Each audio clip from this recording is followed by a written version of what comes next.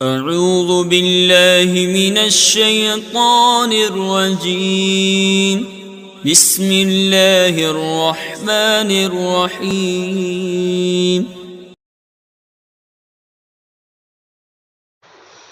بسم اللہ الرحمن الرحیم۔ میں مجاہد حسین رضوی، استاذ دارالعلوم غریب نواز الہ آباد، درجہ رابعہ کے متعلمین سے مخاطب ہوں اور شرح جامی بحث اسم کا درس دینے جا رہا ہوں۔ وجوہ اعراب کے اعتبار سے اس میں مورب کے جن اقسام کا اور ان کے اعراب کا ذکر آپ پڑھ رہے تھے، ان میں منصرف اور غیر منصرف کا بھی ذکر آیا تھا۔ ظاہر ہے وہاں پر منصرف اور غیر منصرف کی تعریف نہیں کی گئی تھی، اس لیے ضروری ہوا کہ منصرف اور غیر منصرف کی تعریف کر دی جائے۔ لیکن آپ دیکھیں گے کہ صاحب قافیہ نے غیر منصرف کی تعریف تو کی ہے لیکن منصرف کی تعریف نہیں کی ہے،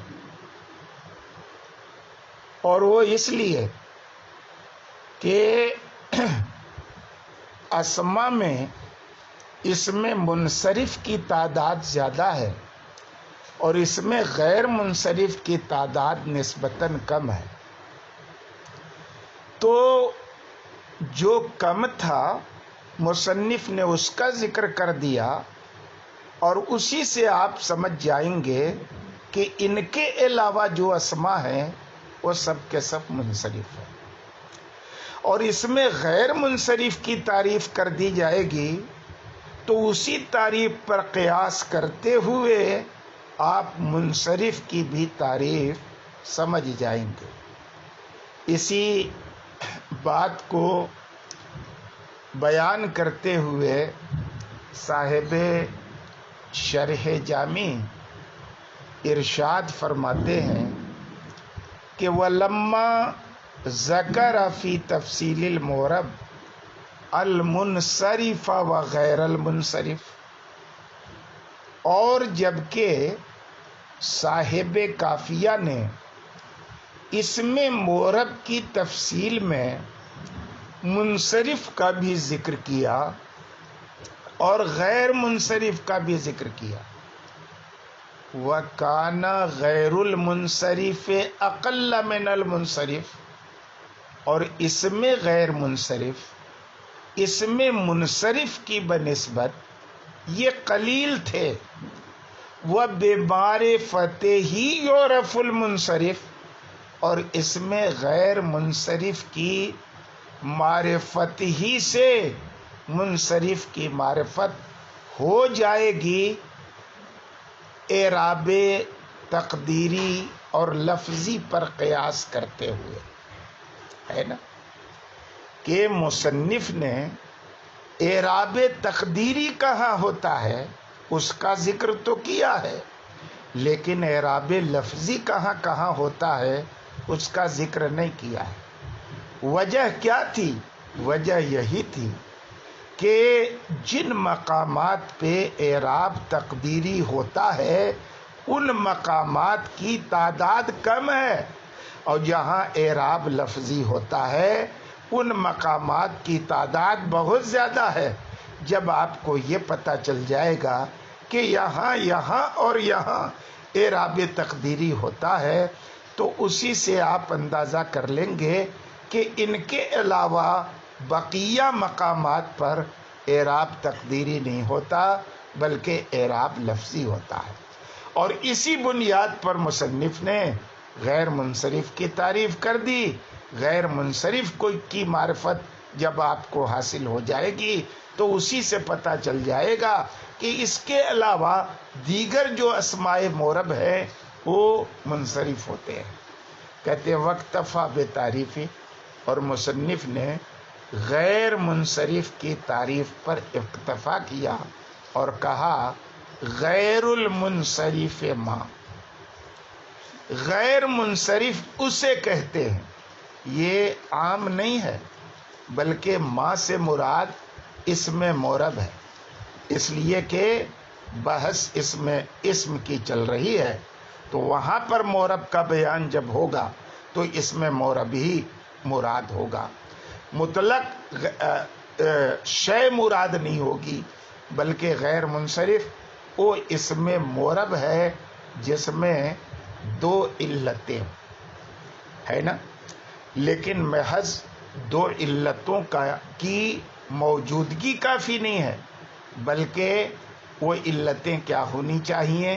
تو اثرانے، وہ علتیں اثر کرنے والی ہوں. اور اثر کیسے کرتی ہیں علتیں؟ کیا شرط ہے اثر کی تاثیر کی؟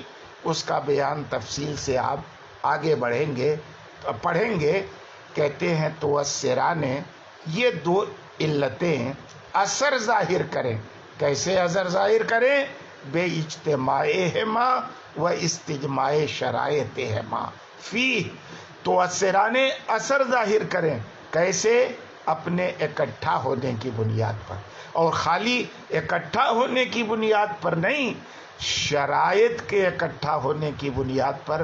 کہاں اثر پیدا کریں؟ فی ہے، اس میں مورب میں اثر پیدا کریں. اور کیسا اثر پیدا کریں؟ کہتے اثرن سیجیو ذکرہ، ایسا اثر پیدا کریں جس کا عنقریب تذکرہ آ رہا ہے. چونکہ عنقریب تذکرہ آ رہا ہے، اس لیے یہاں ہم خود بھی اس اثر کا ذکر نہیں کر رہے ہیں. اور یہ علتیں ہونی کون چاہیے؟ مراد مطلق علت نہیں ہے، بلکہ من علل 9 علتوں میں سے 2 علت ہونی چاہیے. یا واحدۃ منہا تقوم مقامہما، یا یہ کہ ان 9 علتوں میں سے ایک ہی علت ہو. ان 9 علتوں میں سے ایک ہی علت ہو، لیکن یہ ایک علت کیسی ہو؟ کہتے تقوم ہذہ العلۃ الواحدۃ مقامہما، کہ یہی ایک علت 2 علتوں کے قائم مقام ہو. اے مقام ہاتین العلتین، یعنی 2 علتوں کے قائم مقام ہو. اور 2 علتوں کے ایک علت کے قائم مقام ہونے کا کیا مطلب ہے؟ بے ان تؤثر وحدہا تاثیرہما، کہ بیں طور کے اکیلے یہ والی علت ان دونوں کی تاثیر کا افادہ کرے، یعنی ان دونوں کی تاثیر پیدا کرے اس اسم مورب کے اندر.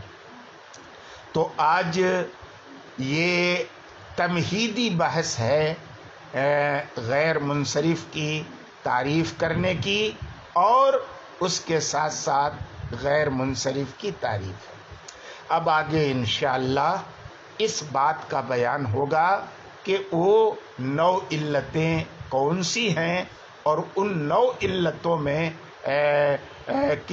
کون سی علتیں ایسی ہیں کہ اسم کے غیر منصرف ہونے کے لیے ان میں سے 2 کا ہونا ضروری ہے، اور کون سی علتیں ایسی ہیں کہ ایک ہی علت ان میں سے 2 علتوں کے قائم مقام ہے، اور اکیلی ہی وہ ایک علت اسم مورب کو غیر منصرف بنا دیتی ہے. آج کے سبق میں اتنا ہی، باقی انشاءاللہ کل کے سبق میں ہم پڑھائیں.